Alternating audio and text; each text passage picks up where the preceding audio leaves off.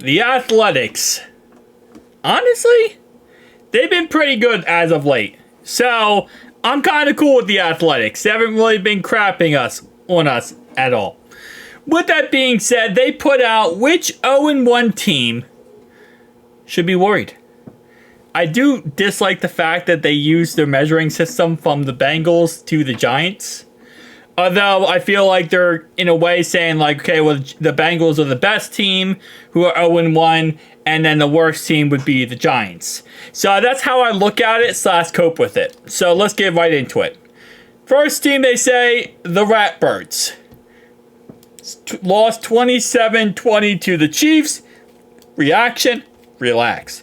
Yes, the Ravens are playing the coulda, woulda, shoulda game after yet another loss to KC, and yes, they have some things to work on to obtain championship. Okay, bro, I cannot read. I don't know why, bro. I cannot read anymore.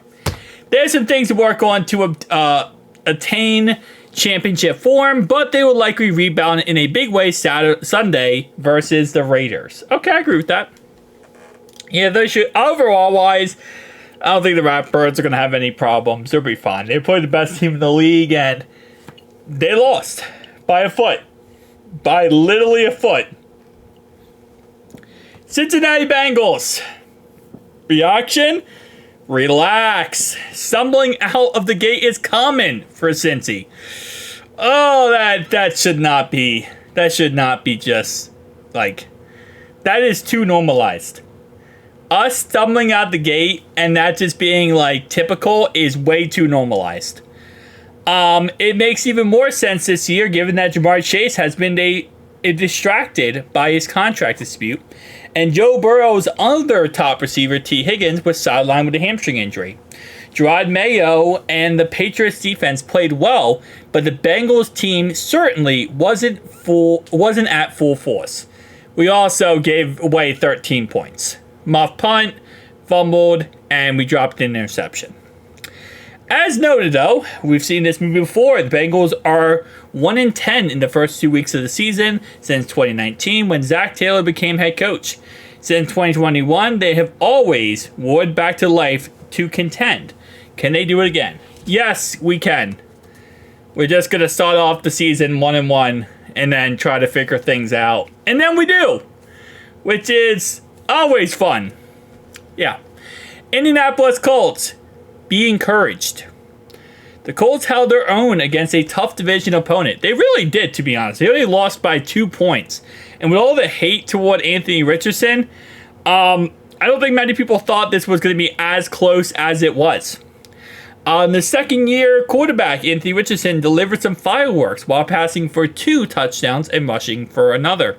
Richardson, who missed all but 4 games last season because of the shoulder surgery, also showed off his arm with completions of 60 and 54 yards.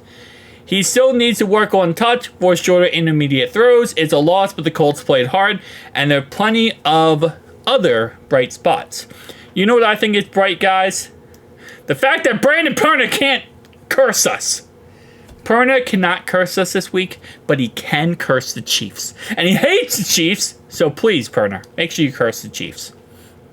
Go check out That Good Sports, as he does have a new power ranking video, and it scares the crap out of me whenever he does.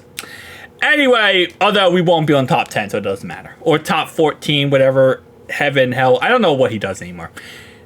Atlanta Falcons. They lost to the Steelers 18-10. They looked horrendous. Like, people trash us and say we looked very bad. They worked way worse than us, which is saying a lot, to be honest. Reserve judgment. Reserve judgment. Cardinals lost to the Bills 38-24. Reserve judgment. Broncos lost to the Seahawks 26-20. Reserve judgment. Jacksonville. Oh, they're just going to keep saying this. Reserve judgment. Lost 20-17 to the Miami Dolphins. Okay, let's go. Titans. Temper expectations. The fact they lost this game was insane. What's even more crazy is the fact that Brian Callahan came out after the game and said if they would just have punted on first downs, they would have won this game. All they had to do was punt the ball over and over and over again, and they would have won this game, because really what lost them was the pick six by Will Levis. And yes, Caleb Williams, 98 yards. Horrendous. But again, like I said, it's not his fault. Or is it? Carolina Panthers worry. Okay, first off, Panthers fans were worrying in the preseason. When the Panthers lost in the preseason, they were worried. I don't know if you guys saw, but today being 9/11, obviously, there was some posts about it by the Carolina Panthers on X. And Panthers fans roasted the crap out of the Panthers after them posting about, 9/11 being so bad and remembrance. Yeah, the Panthers fans used it as a moment to say that they felt like every single day was a 9/11 for them.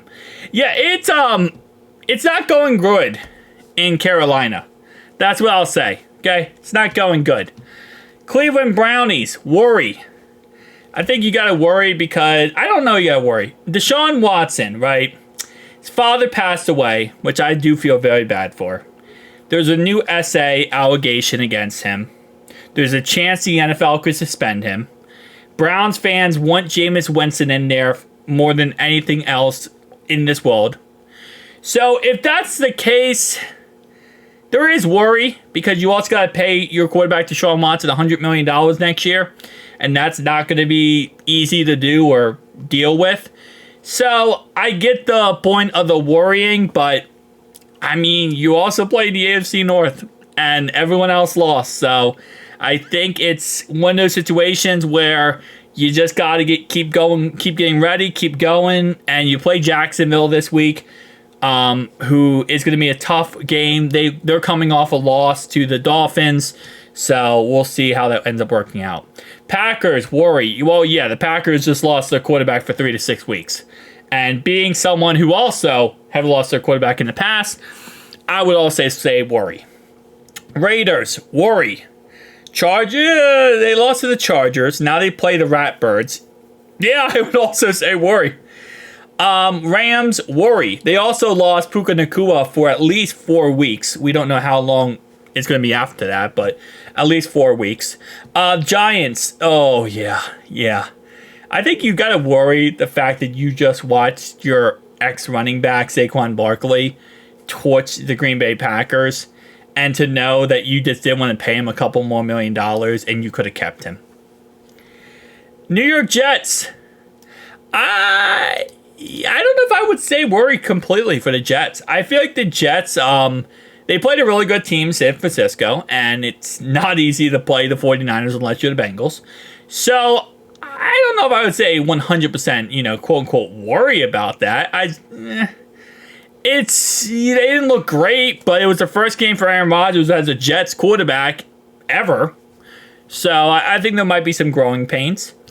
Commanders, I don't think the Commanders should worry at all. I don't think Commanders fans thought that they were going to, in quote, become a Super Bowl team this year or get to a point where they would become a playoff team. They're in a complete rebuild right now. And I think Commanders fans, for the most part, should kind of just understand that and just kind of go with that. Like, this is a rebuilding team. We're not going to be good right now, but it's going to take time, and eventually we'll be good.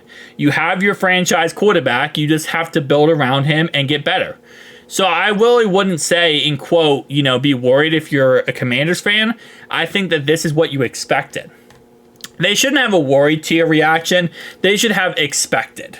And I feel like there are some teams that really are just right now in that expected tier. But, guys, tell me down below your thoughts, opinions. I'll see you guys next one. Who dare?